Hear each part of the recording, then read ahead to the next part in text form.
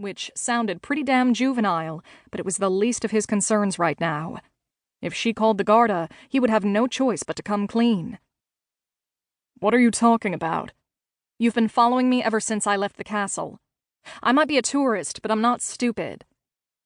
If he didn't have a bum knee, she never would have known he was there. The failure burned his throat almost worse than the pepper spray would have. "You're crazy. It was a nice day, so I wanted to walk." Even with that limp? In the rain?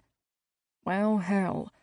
She'd noticed a lot more than he would have given her credit for, even with his staying well back on the road. "I'm not a cripple." Though when he compared his limits now to what they'd been before his injury, he sure as hell felt like one. He scrubbed a hand over his face. "And you obviously thought it was a nice enough day for a walk in the rain. Pot meet kettle." She paused, clearly taking him in. Alexis Yeung, nurse and apparently sufferer of a mental breakdown when her perfect life didn't go exactly as planned. Really, she was just throwing a temper tantrum by jetting off to Europe to find herself, or whatever it was that high-maintenance women did. She didn't look like much. Oh, sure, she was beautiful in a very busty Asian babe's way, but what kind of woman spent the day hiking down a road and managed to look so perfectly put together? It wasn't natural. Her jeans were rolled up to show off her hiking boots, and her white t-shirt didn't have a smudge of dirt on it.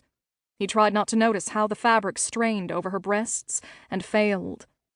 "Stop staring at my chest." "Woman, you just attacked me for no reason. The least I deserve is to check you out." She crossed her arms under her breasts, and he raised his eyebrows. "You're not exactly helping my concentration, darling." "You're a pig." The woman had a stare on her that made him think of his auntie. He shoved the comparison away. Aunt Rose wasn't anything like Alexis. She didn't run from her problems, or other people's problems for that matter, not even when they were literally knocking on her door.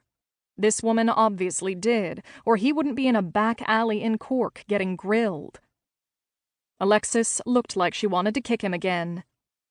"Why did you turn down the alley?" This, at least, he had an answer for.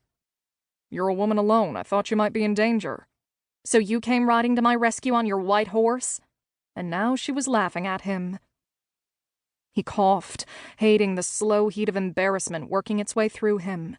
He wasn't the one in the wrong here. "Only an idiot wanders down a dark alley alone." "I'm more than capable of taking care of myself."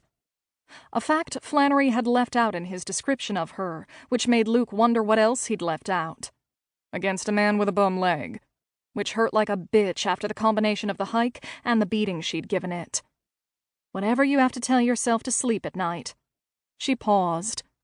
"Give me back my pepper spray." Not a chance. There was nothing to guarantee she wouldn't try to spray him again, and he'd suffered through enough shit today. "It's mine."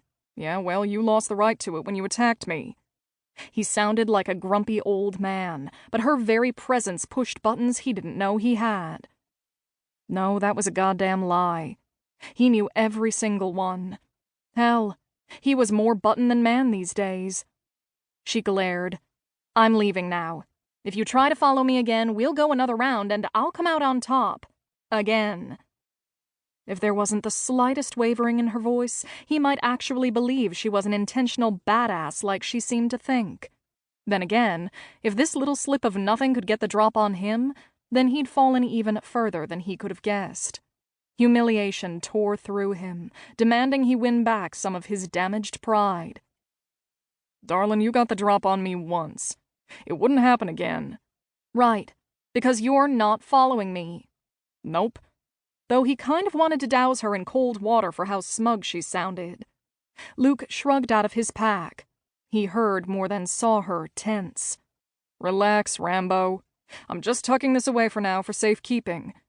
He shoved the pepper spray into his pack, needing to do something to keep her from taking off. He didn't know how much more jaunting around he could take today. Add in the bonus of not knowing where the hell she was staying, or where she was going next, and he had to do something drastic. "The least you can do is buy me a drink after attacking me." "Attacking you? That's rich. Maybe you shouldn't be creeping into alleys after lone women. When you're acting like a predator, expect to be treated like one." She had a point.